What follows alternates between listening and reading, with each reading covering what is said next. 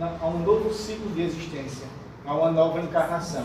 Está completo, completou a cadeia. Então nós vamos começar novamente, uma vez que nós tivemos essa caminhada numa vida, nós criamos uma força motriz que nos impele a voltar para experienciar tudo isso de novo, porque nós desejamos passar por essas experiências. E não tem como nós não passarmos por essa experiência a não ser habitando o corpo físico. É esse corpo que vai fazer com que a gente tenha essa experiência. E é por isso que nos Yoga Sutras de Patanjali, um dos kleshas é o medo da morte, o forte desejo de viver. Então, nós vamos passar pelo próximo novo ciclo de nascimento, de envelhecimento, de doença e de morte. E assim nós entramos em uma cadeia de alimentação kármica, temperada especialmente por aquele anterior das 6 esferas de sentidos e esses elos aqui, que nos move vida após vida em uma existência, até nós passarmos por aquele tal de despertar espiritual e desejarmos pular fora dessa roda. Porque é uma roda que gira noite e dia, momento a momento, e sempre impulsionado pelos desejos e as sensações agradáveis, principalmente agradáveis, e o quanto mais materiais e mais sensitivas possível, mais desejadas. No entanto, nós acumulamos nesses intervalos de sensações agradáveis momentos de frustrações, de infelicidades, de vazio, de carência, que naturalmente funcionam como impulsos para o despertar, até nós chegarmos a um momento em que a gente vê a vida de uma forma mais ampla e vai poder perceber que uma felicidade mais plena, um estado de harmonia, um estado de mente serena, ele é possível de se atingir. Né? Então, nós encontramos em um livro, eu acabei não trazendo para cá, Ciência da Meditação. Queria apresentar para vocês, antes de nós entrarmos aí, os livros que vocês poderão investigar depois, e eu acho que não tem aqui na biblioteca, e fazer um aprofundamento. Vamos tirar boa parte do material desse livro, Guia do Estilo de Vida do Bodhisattva. É um processo de análise, como atingir o bem-estar supremo através de uma disciplina orientada para monges, mas aplicado à vida de muitas pessoas. A Libertação do Sofrimento no Budismo Tibetano Gelupa, de Alberto Brum, e principalmente, se vocês puderem depois adquirir também, esse livrinho, As 6 Perfeições, como atingir o bem-estar supremo. É uma análise das 6 paramitas, as 6 perfeições, que a gente vai tocar aqui adiante, com uma linguagem extremamente fácil e extremamente intuitiva, poderíamos dizer. Porque, embora ele não use termos técnicos, termos sânscrito, que é natural da própria literatura, as próprias paramitas foram escritas nessa linguagem e ele sequer utiliza essa linguagem, mas ele não foge da essência da análise do ensinamento, muito focado. Na Ciência da Meditação, que nós acabamos não tendo aí, é um livro de White Metta, ele diz o seguinte: a pessoa só pode atingir corretamente, agir corretamente, quando cessa o processo do pensamento. Essa é uma visão mais ampla. Nós vamos nesses 3 primeiros slides, tentar caracterizar a nossa apresentação de hoje como um todo, e depois tentar entrar nos pormenores. É uma tentativa de dizer que aquilo que impulsiona a vida para um novo renascimento traz sempre uma perturbação anterior, um tumulto interior. E esse tumulto e essa perturbação interior, ele reside nas camadas da nossa mente. O processo que nós vamos investigar nessa e na apresentação seguinte, e na seguinte será tratar especificamente dos processos da meditação, é um trabalho extremamente interior, extremamente mental. É uma tentativa de desvendar as camadas da nossa mente e, a partir daí, trabalhar esse estado interno de bem-estar supremo. Então, enquanto durar esse processo de tagarelar do pensamento gerado por aqueles fatores que nós analisamos nos ciclos anteriores, enquanto eles funcionarem de forma automática, sem nenhuma percepção de um discernimento um pouco mais profundo, a roda vai sendo girada e automaticamente nós vamos nascendo, passando pelas experiências, adoecendo, comprando plano de saúde, indo para o hospital, morrendo, renascendo e uma coisa assim. Né? Talvez entendamos o motivo pelo qual o Buda enfatizou a imperiosa necessidade de despertar a clara visão. Vamos explicar um pouquinho. Despertar a clara visão. O discernimento agudo que percebe o vazio do conceito de eu autoexistente. Essa parte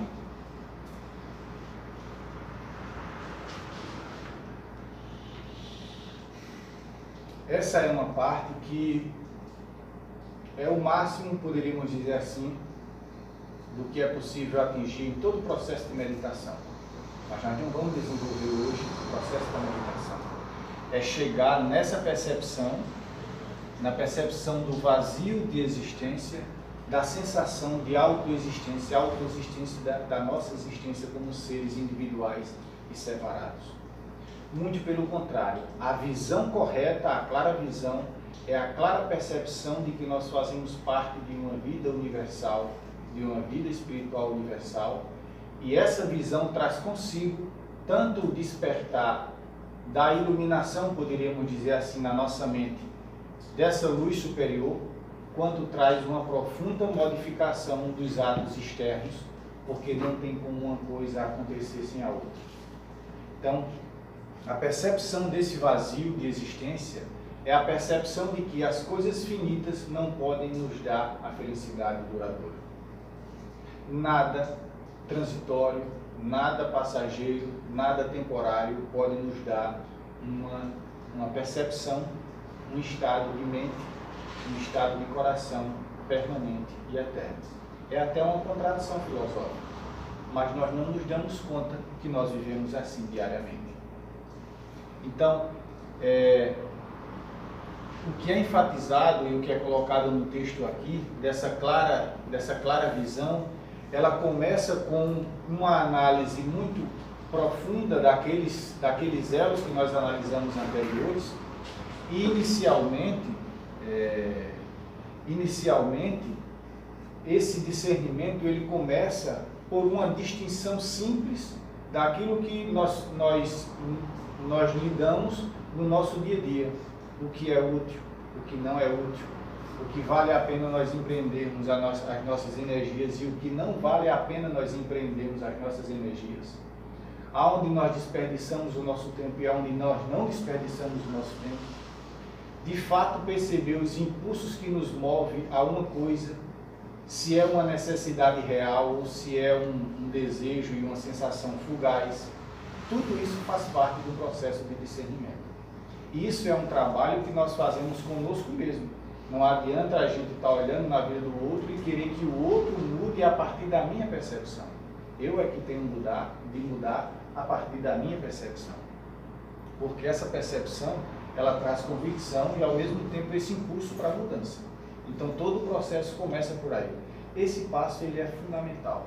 Ele é fundamental. Ele é fundamental. E não adianta a gente passar para os outros, porque a gente vai estar pisando, como diz a voz do silêncio, na escada com os pés ainda sujos da lama que nós trouxemos do degrau anterior. Só uma visão penetrante pode ver a irrealidade do eu criado pelo pensamento. Só uma visão penetrante, a visão de Prajna, a visão da sabedoria. Por isso, o título da palestra, a preparação da mente para a aquisição de Prajna da sabedoria. Então, nós vamos lidar daqui para frente exatamente com esse trabalho. O trabalho de adequar a mente, de adestrar a mente, poderíamos dizer assim, para receber num cálice limpo esta sabedoria.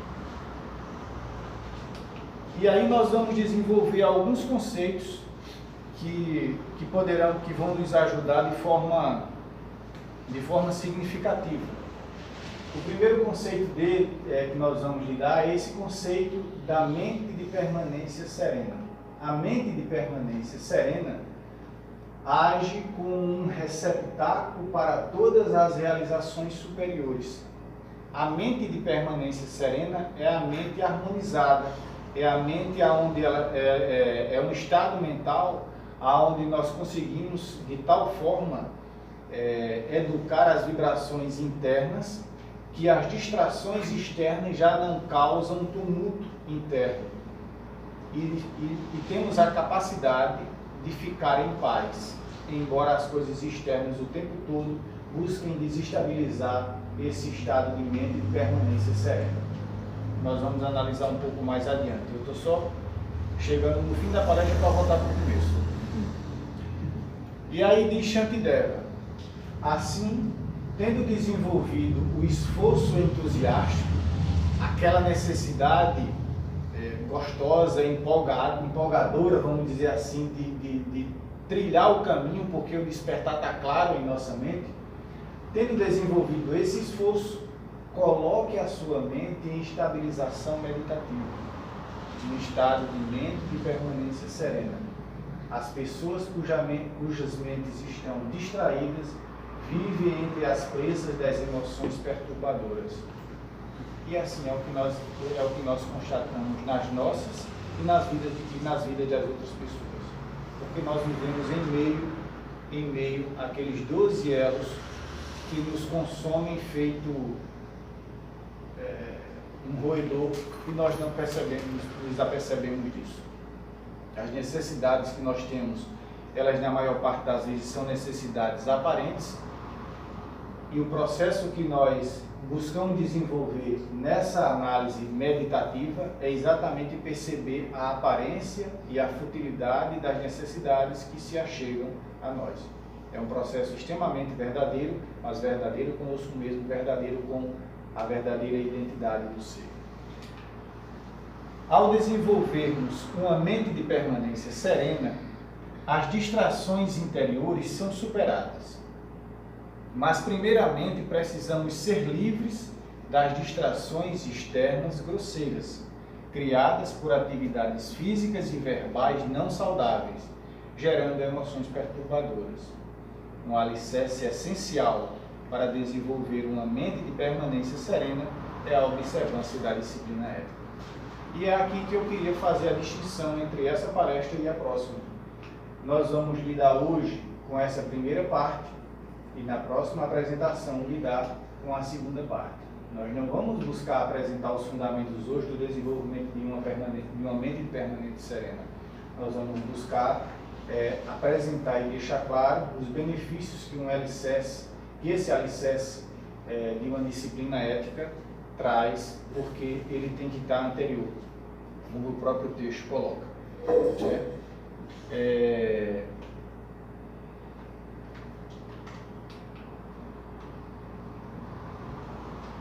E aí mais uma citação desse livrinho, que ele coloca o seguinte: a prática budista ele consiste em 3 passos: visão, meditação e conduta.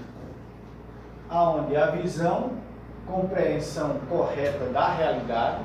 Vejam que o primeiro passo dos elos de dependência é a avidya, a ignorância de quem, da falta de visão, da proporcionalidade das coisas, poderíamos dizer assim de uma forma mais simples. A visão que se fala aqui é uma visão correta, a clara visão dos 8 passos do sermão do Alto Caminho do Buda. Essa compreensão correta da realidade é uma compreensão da proporcionalidade de cada coisa. É a percepção e a compreensão de que um automóvel ele serve para que o corpo se locomova para as funções que ele se serve, e não para trazer grandeza, status ou enriquecimento para a pessoa que o usa. Isso é uma distorção do pensamento.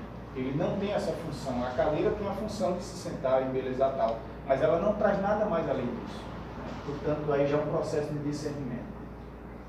Mas a visão, ela é baseada na meditação, a prática da concentração, porque é através do processo meditativo que a mente vai se abrindo para uma compreensão mais profunda da vida. E a base para ambas é a conduta ética. Se nós não temos uma conduta ética compatível com o processo meditativo que nós buscamos desenvolver, obviamente as nossas visões elas serão distorcidas, porque quem estará alimentando a visão interna é a má conduta externa que eu estou cometendo. Por isso, nesse processo, a veracidade ela é essencial. A veracidade em todos os sentidos. Nos Yoga Sutras de Patanjali, que Patanjali foi o codificador, aquele que iniciou a sistematização da filosofia do yoga, já no yoga preliminar, quando ele começa a colocar, quando ele fala da veracidade, isso fica sempre na minha mente. Ele fala da veracidade de forma tão simples e tão profunda que, por exemplo, aquela mentirinha que a gente diz, alguém liga e a gente diz que está no local estando em outro, a gente não pode, num processo como esse, realizar esse tipo de mentira. O cérebro ele vai se acostumando com esses pequenos desvios e daqui a pouco ele não vai poder receber uma visão clara porque ele está acostumado com desvios perceptivos. Então, se você anda 1 minuto, diz que andou 30, se tem uma pessoa fazendo isso, você diz que tem uma multidão, a distorção ela é tremenda. Então, e nós vivemos com isso constantemente achando que é natural e é bobagem, mas na realidade não é. Então, nesse processo, a veracidade ela é essencial. Como nós vamos falar agora dessa conduta ética, o termo ética, que é uma derivação também do termo ethos, do antigo grego, e o termo ethos, como ele foi analisado pela filosofia ocidental, principalmente a filosofia anterior a Aristóteles, ele tem uma beleza imensa. Uma beleza imensa em que o termo ethos, ele significa morada, ele dá vamos dizer assim, ele dá o sentido de morada do ser, de sacrário do ser, aonde habita aquilo que há de mais sagrado em nós. Isso é o local aonde, habitando aquilo que há de mais sagrado, reflete-se dali a luz que vai iluminar toda a conduta daquela pessoa. Então, a conduta ética, ela é uma conduta de princípios que fluem do íntimo do nosso ser. É isso que por trás disso que nós chamamos conduta ética, numa expressão tão mais elevada, traz. E nós poderíamos dizer que, analisando o nosso tema, a conduta ética, a iluminação da conduta ética, dos princípios que nós manifestamos no nosso dia, é resultado de uma mente de permanência serena, de uma mente iluminada pelo superior, de uma mente iluminada pelos princípios universais que habitam dentro de nós próprios. E para isso ela precisa se voltar para si. Se ela para dentro, melhor dizendo, se ela está o tempo todo voltada para fora, naquela visão em que o que tem ressonância é aquilo que é externo, ele não serve. Então, eu acho que para a análise do nosso tema, nós ficamos bem com essa análise, com essa imagem de que a ética é um reflexo do sacrário do nosso ser, da intimidade que há de mais sagrado em nós, de onde brotam esses princípios. Posteriormente, o termo ética ganhou outras dimensões. Ele passou a referir-se a ser tratado como a própria moral, e às vezes até ser confundido com moral, com costumes, com coisas que já são mais temporárias, mas nessa realidade não.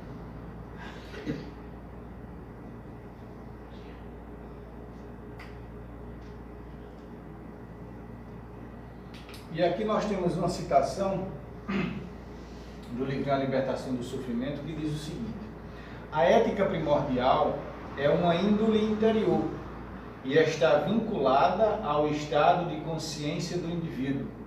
Não é algo introjetado por hábitos, mas aquilo que já existe na morada do ser, impresso na alma e, ao mesmo tempo, a fonte dos atos.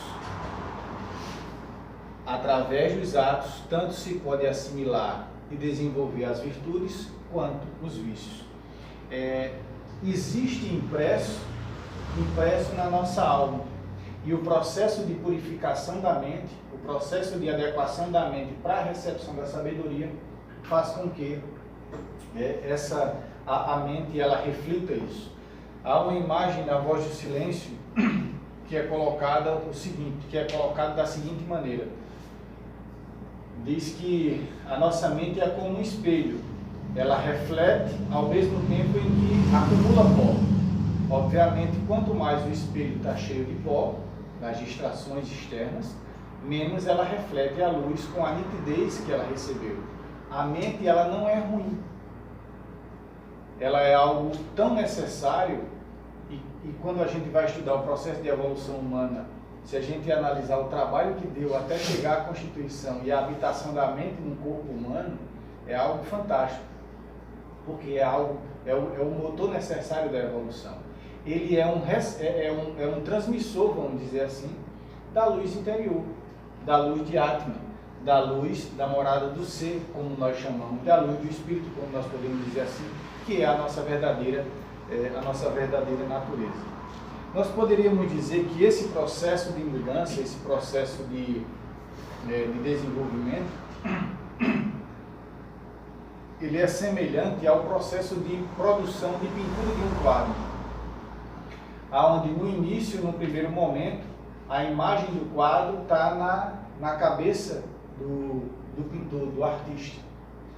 Num primeiro momento, a percepção de uma necessidade de uma mudança, de implementar uma conduta ética, está na cabeça da pessoa.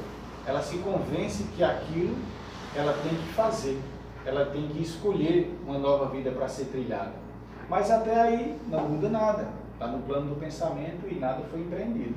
Mas o quadro está lá e a tela ainda está vazia na parede. No segundo momento, ele decide arranjar esses pensamentos, fazer esse processo interno para executar a pintura do quadro. Vai ver as cores necessárias, as combinações, como ele começa, como não começa, o tempo que vai demorar, essas coisas todas. E num terceiro momento, é a plena definição do que essa convicção trouxe. Ele vai, de fato, produzir a obra.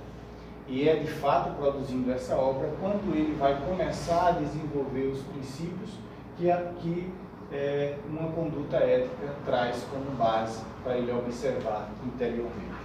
Então, nós vamos perceber que na filosofia oriental, na filosofia budista principalmente, que é de onde nós tiramos as 6 perfeições, há essas 6 virtudes, e esse termo virtude, ele tanto vai estar no Oriente quanto no Ocidente, até na filosofia.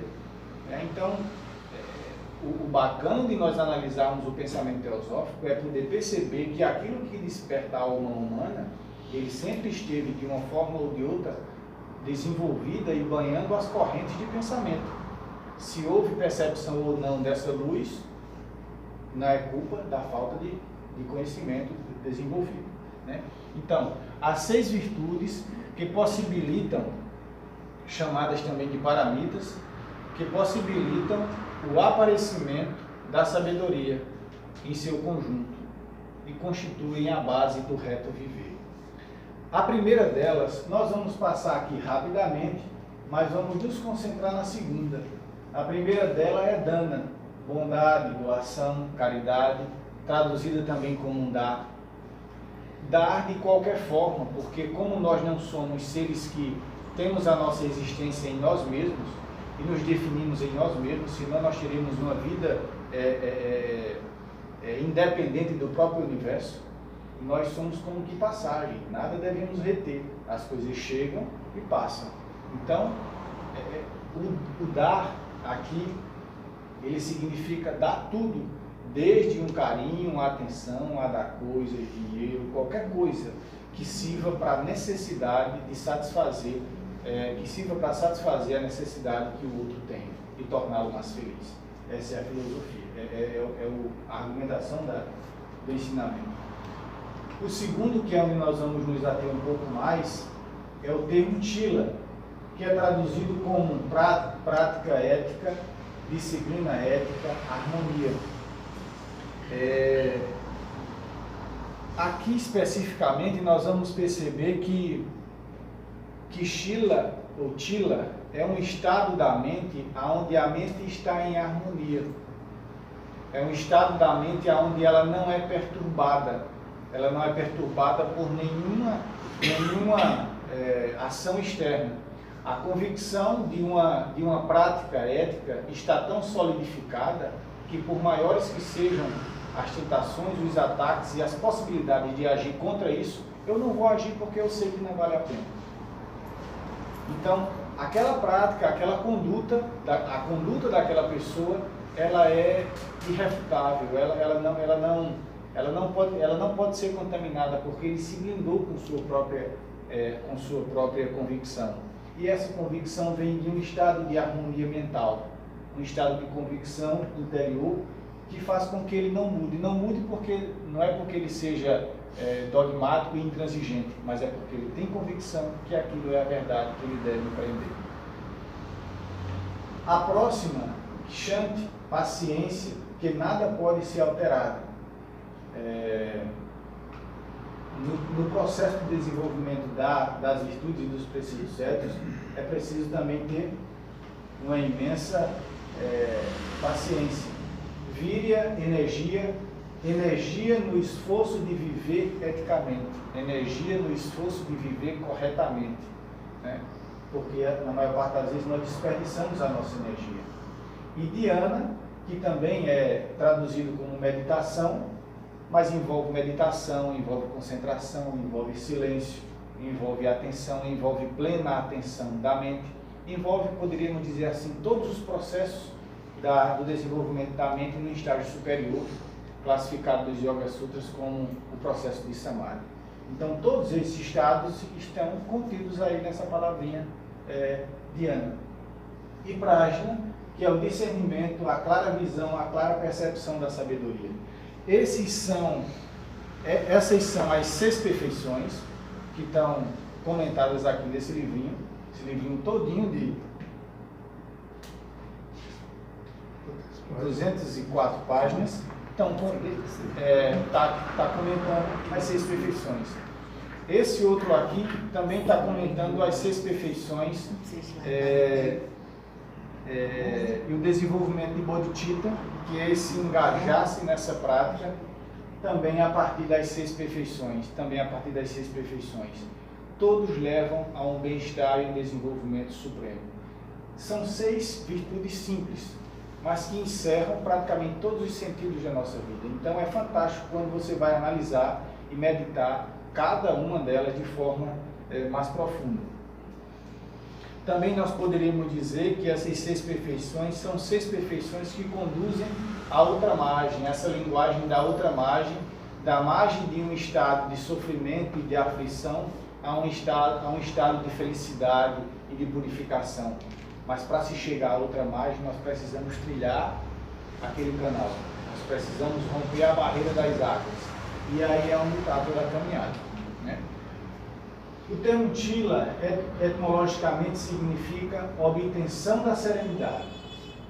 É uma qualidade interior relacionada à paz e à bondade, pois quando as pessoas possuem ética, suas mentes desenvolvem uma tranquilidade ou serenidade livres de aflição, de lamentar o que fizeram.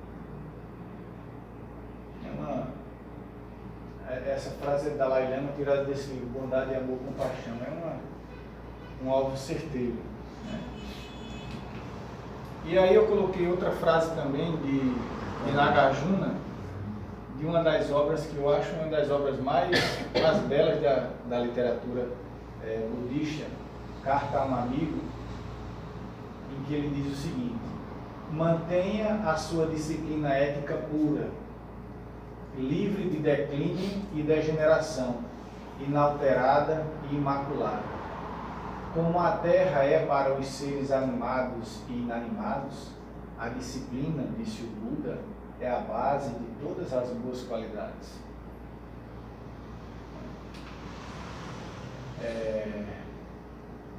No outro texto, Shantideva coloca o seguinte: entendendo que o insight é a percepção dessa luz espiritual, é um processo de intuição, né? Aquele flashzinho que dá com uma certeza de princípios, de conduta, um flash de compreensão elevado da consciência.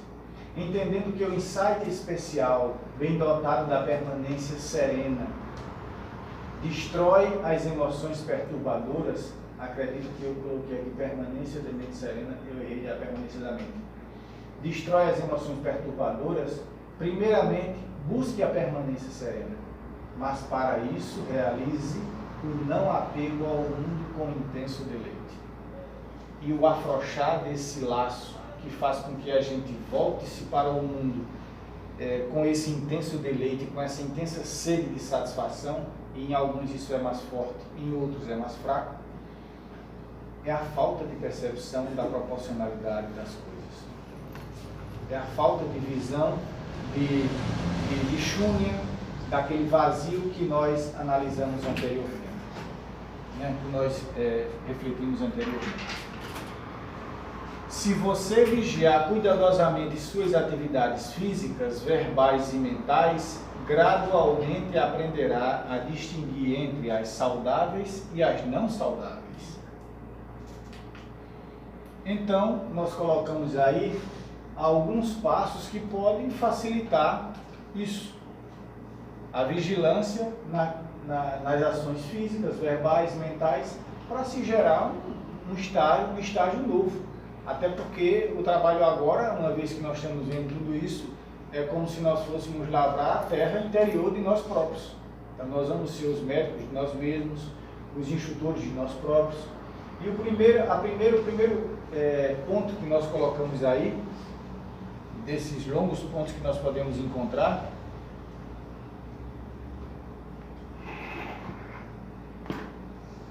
e aí nós vamos ver essas instruções soltas. É difícil um livro em que você pegue do início ao final e ele colocando as coisas nessa sequência. O primeiro é a atenção diária. Mas a atenção diária é colocada aqui de uma forma plena. Há até uma figura que é colocada em alguns textos que eles dizem o seguinte: no treinamento dos monges, eles tentando manter essa atenção diária sobre os seus pensamentos, eles utilizavam uma pedra branca e uma pedra preta para ir juntando cada vez que eles tinham um pensamento saudável e um pensamento não saudável, um bom e um ruim. As brancas, os bons, e os pretos, as pedras pretas, os ruins. E no final do dia, eles iam contar quantas pedras tinham em cada montinho que foram juntados. Quem era mais, né? Quem era mais para onde a balança estava pendendo, né? E a partir disso, de um exercício simples, é recomendado também, se você está nessa prática, já que não é difícil carregar um saco de pedra, porque a gente não ia